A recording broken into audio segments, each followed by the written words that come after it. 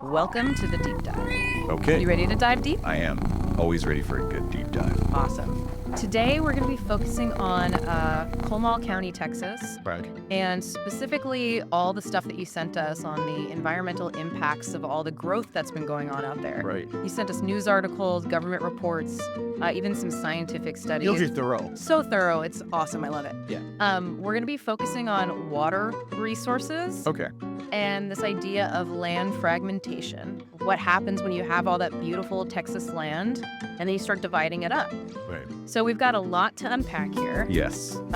From a landowner who wants to build a wastewater treatment plant, big enough for like a 1,400 lot subdivision. Wow. To the potential impact on those awesome Comal and Guadalupe rivers. Oh, yeah. I mean, those rivers are pretty much the heart of Comal County. Absolutely.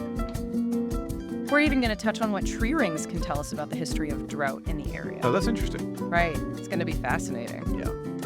So our mission today is really to understand all the different forces at play Okay. in Comal County, the environmental risks of all this growth, Yeah. and what folks are doing to protect the place they call home.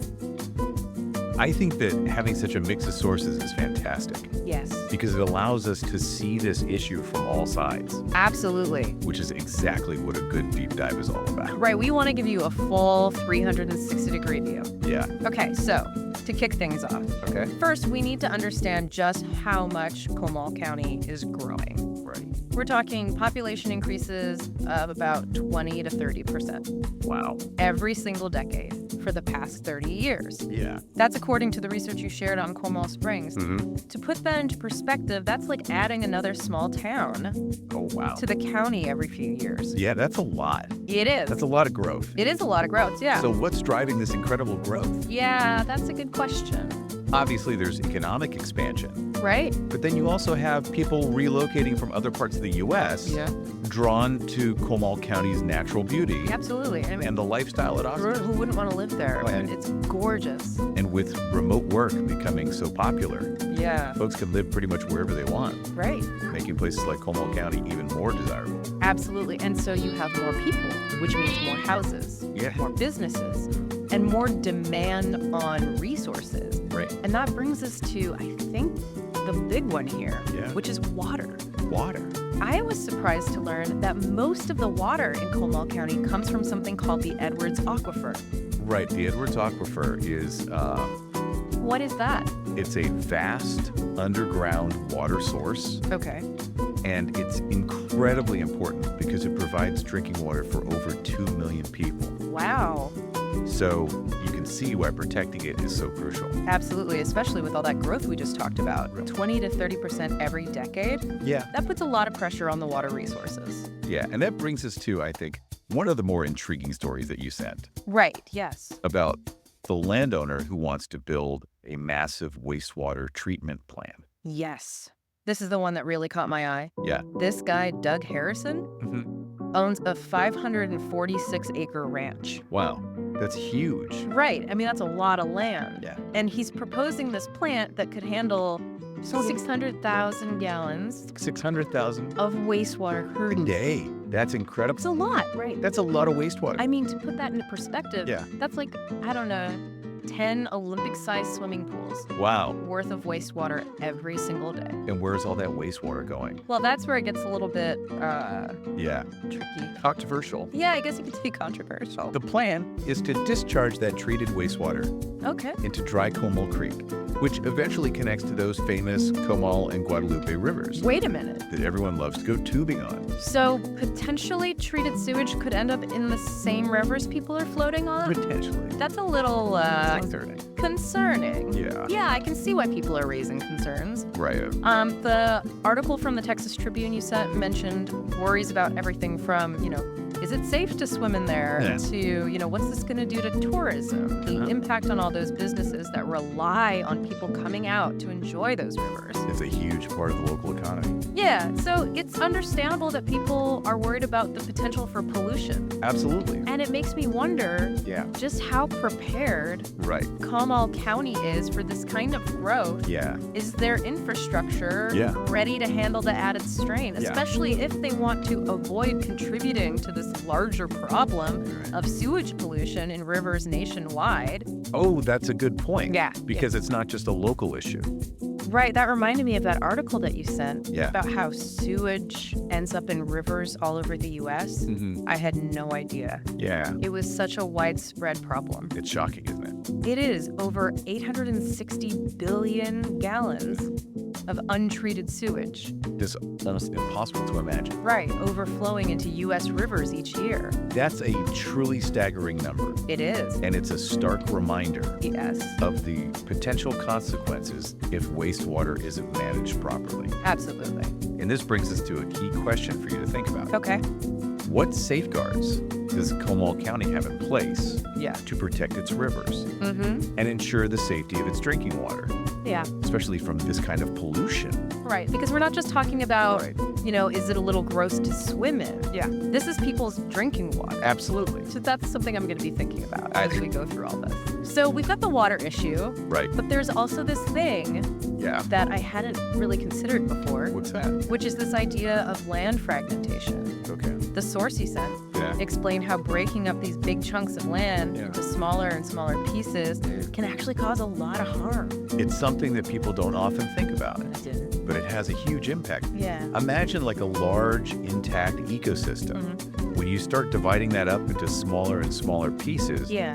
you disrupt natural habitats, Okay. fragment wildlife corridors, Sure. and even reduce the land that's available for agriculture, Right. And all of that which in turn, puts more pressure on the Edwards Aquifer. exactly, yeah. Yeah. It's kind of like this domino effect. Yeah, that right? one thing leads to another. And according to one of the sources that you sent, Okay, Texas lost a shocking 2.2 million acres wow, of working land that's a lot of land. between 1997 and 2017. And this fragmentation Yeah. is a big reason why. That's wild. It is. 2.2 million acres. And I think to really underscore the point, Okay. there's a leading conservationist in Texas, Okay. Andrew Sansom. Mhm. He actually called this land fragmentation the single biggest environmental problem that Texas faces Oh, wow. when it comes to its land. That's a pretty bold statement. Right. So it seems like this growth in Comal County is creating a lot of challenges. It definitely is. Are there any positives to all of this? Well, that's where things get really interesting. Okay. You also shared some information about the people in Comal County who are fighting to protect their community. Yes. And that's what we're going to explore next. I'm excited to hear about that. Yeah, me too. Yeah, it's inspiring to see how people are stepping up Yeah. to protect their community. It's not all doom and gloom. Okay, good. In Yeah, fact, yeah. there's some really passionate folks working to ensure that Comal County grows responsibly. That's a relief to hear. Yeah. I read about this woman, Milan Gukian, Oh, yeah. and the organization she founded, Preserve Our Hill Country Environment. They seem to be right in the thick of things. Yeah, they seem super active, Yeah. challenging all sorts of projects Yeah, for years. that they think threaten the area's natural beauty. They've been fighting against a proposed quarry project, Right. and now they're taking on this wastewater treatment plant proposal as well. Yeah. And it really shows the power Yeah, of grassroots activism right. and how individuals can make a difference when they band together. Yeah, it's pretty inspiring. It is. But it does make you wonder Yeah. if these efforts are enough to counter the pressures of development. That's a good question. I mean, developers have a lot of power and influence, right? They do. Especially when profits are involved. Yeah, that's true. So, But it's important to remember yeah. that developers aren't the only ones Okay.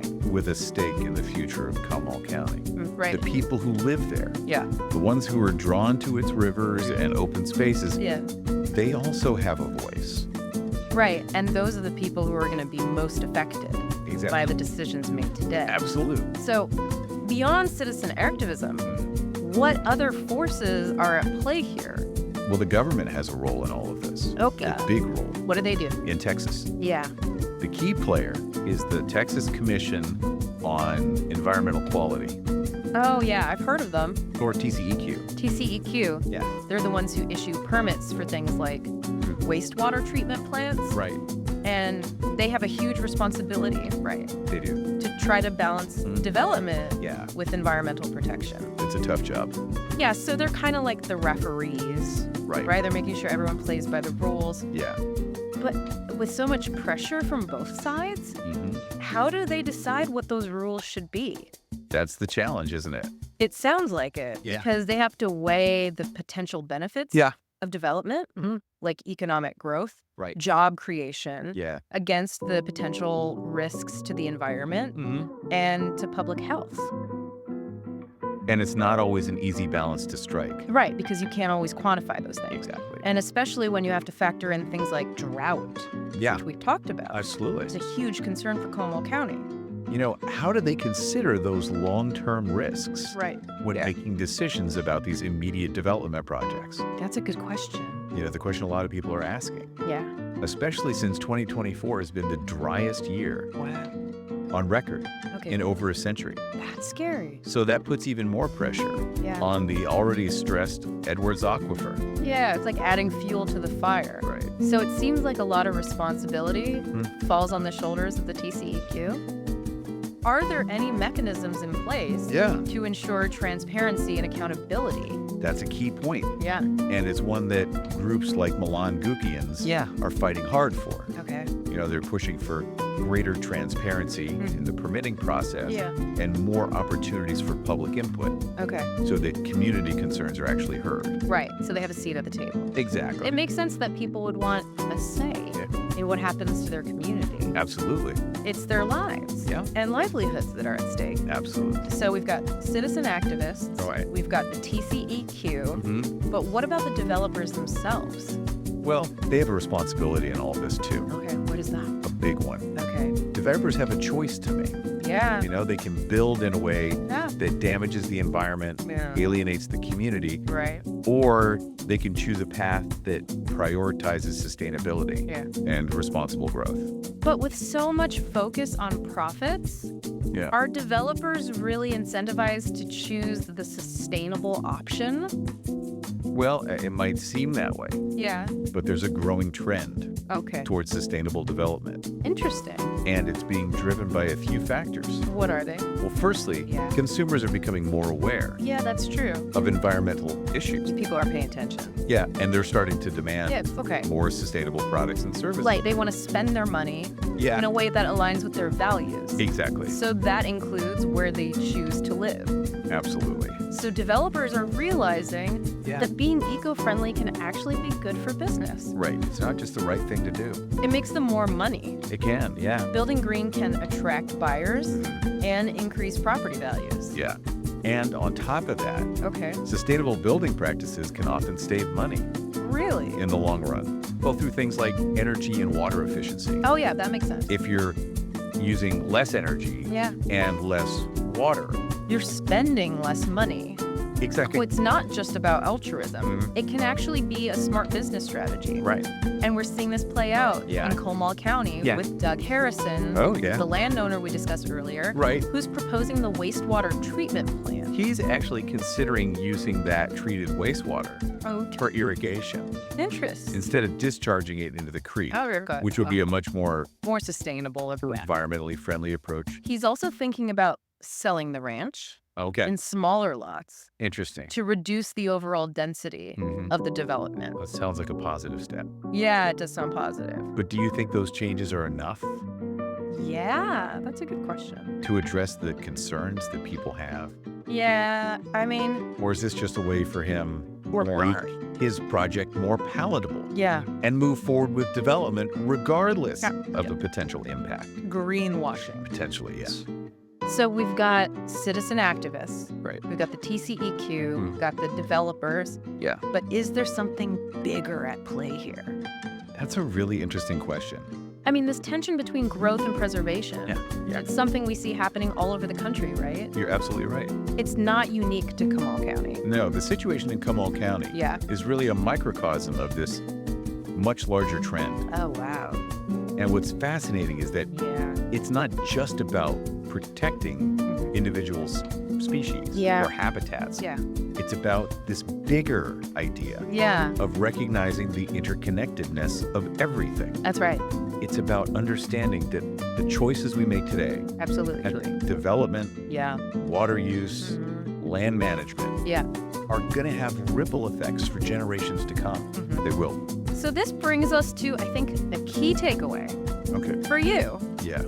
How do we balance the needs of a growing population with the need to protect the environment? That is the ultimate question. It's a tough one. It is. It seems like there's a lot of different approaches. There are. So where do we go from here? Well, that's what we're going to delve into. Okay. In part 3. All right. We'll explore some potential solutions that are being implemented and discussed. Okay. Both in Comal County and in other communities that are facing similar challenges. Looking forward to it. All right, we're back for the final part of our deep dive into Comal County. Yeah. We've talked about the challenges. Right. But now I'm really curious to explore what can actually be done to create a more sustainable future for the area. Well, that's the million-dollar question, isn't it? It is. And the good news is there are a lot of innovative ideas out there. And it's not about finding like a single magic bullet. Right. It's really more about a combination of approaches that can be tailored to address the unique situation in Comal County. So let's start with, I think, the most pressing issue. Okay. Water. Yeah. With drought looming large. Right. And the Edwards Aquifer already under stress. Yeah. Are there any realistic solutions out there to make sure Comal County has enough water to support its growing population? There are actually several strategies being explored and implemented. Good. Yeah, each with its own pros and cons. I like it. One of the most straightforward and perhaps the most cost-effective in the long run is good old-fashioned conservation. That makes sense. Right. Use less water. Yeah. You stretch what you have further. Exactly. I remember my grandparents always telling me to turn off the faucet while I'm brushing my teeth. Right. Simple habits like that. Yeah. Along with things like low-flow shower heads and toilets, drought-tolerant landscaping, fixing leaks, can all add up to significant water savings. Makes sense. But conservation also needs to happen on a larger scale. Okay, how do you do that? With communities implementing water-wise policies. So things like water restrictions during drought periods. Exactly. Those seem pretty effective. Yeah, they can be. But I imagine they're not always popular. No, they can be controversial. People like their green lawns. People do, yeah. But sometimes they're necessary, right? Yeah, especially in a place like Comal County, which relies so heavily on a single source like the Edwards Aquifer for its drinking water. It makes you realize how precious that resource really is. Yeah, it does. But conservation alone probably isn't enough. Probably not, no. What other options are there? Well, one solution that's gaining a lot of traction is water reuse. Water reuse? What is that? Basically, treating wastewater. Okay. And then using it for things like irrigation, or even in some cases, drinking water. Drinking water. I have to admit, the idea of drinking recycled water kind of grosses me out. I get it. Is that really safe? It is. Really? The technology for treating wastewater has come a long way. Okay. In many cases, that recycled water is actually cleaner than the water that comes out of your tap. Wow, I had no idea. And it's already happening in some places. Oh, interesting. Yeah, even if people don't realize it. What do you mean?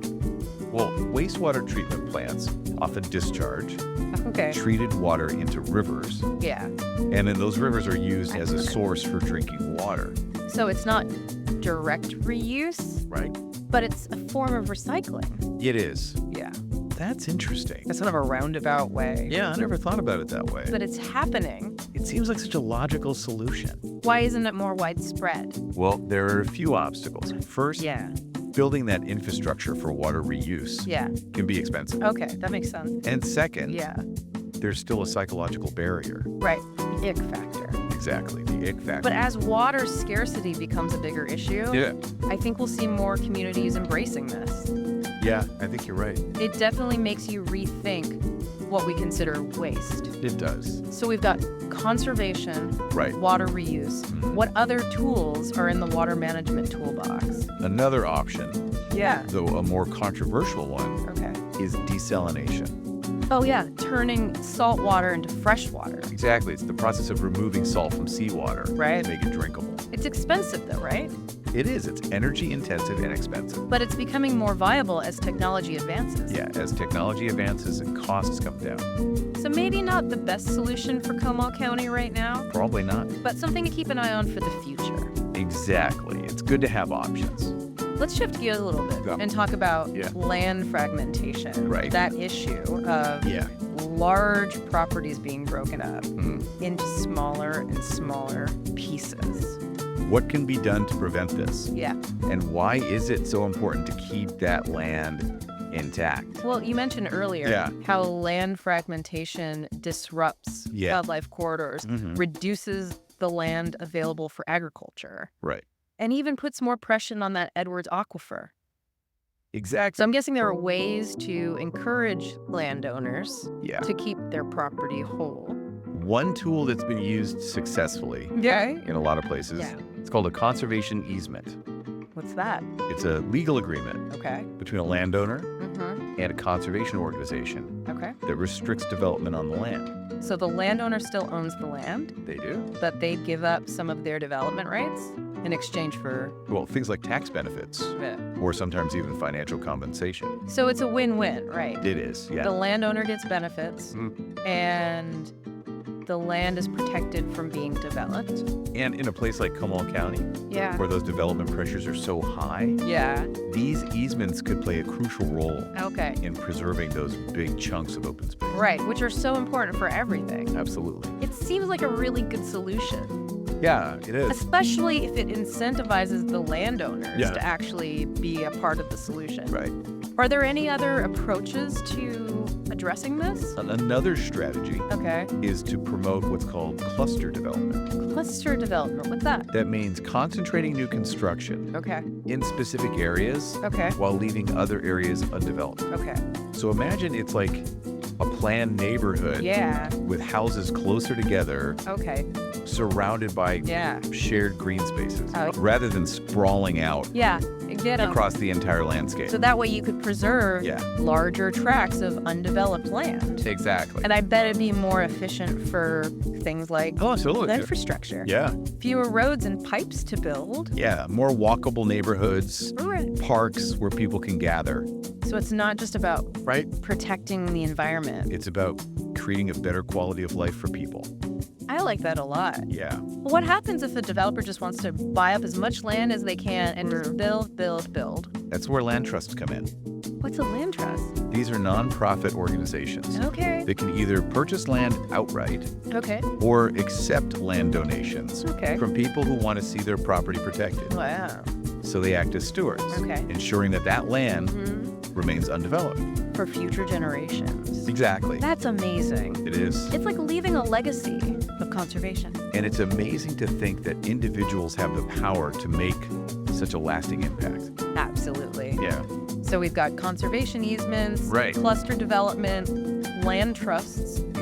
Seems like a lot of different ways to approach land use. But how do you bring all of this together? That's my question. To create a truly sustainable plan for Comal County. Well, that's where this concept of holistic planning comes in. Okay, what's that? It's about looking at the big picture. Understanding how all these different systems, water, land use, transportation, economic development, how are all of those interconnected? You can't just focus on one issue in isolation. Exactly. So it's about taking a step back and asking, what kind of future do we want for Comal County? How do we balance the needs of the people and the environment? That's the key. And that question can't be answered by just one group of people. No, it requires a collaborative effort. So you've got to bring together... you got to bring everybody to the table. Government officials, developers, community members, environmental groups.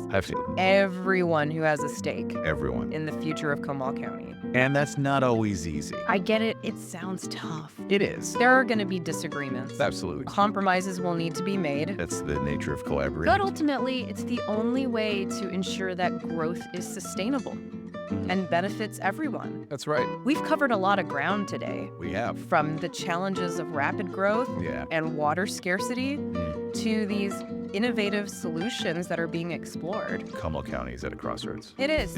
What stands out to you as the most important takeaway? The most important takeaway for me is the power of community engagement. Okay. Informed and passionate citizens like yourself. Like can make a real difference. So it's about asking tough questions. Absolutely. Holding decision makers accountable and advocating for solutions that protect the things that make Comal County special. And it's easy to feel overwhelmed by the complexity of all of this. Every voice matters. It does. So what's the one thing you encourage our listeners to do? Get involved. Get involved. How? Whether it's attending a community meeting, contacting your elected officials, supporting a local environmental group, or simply having a conversation with your neighbors about these issues. Every action, no matter how small, can contribute to creating a more sustainable future. Awesome. For Comal County. That's a great point to end on. Yeah, I think so.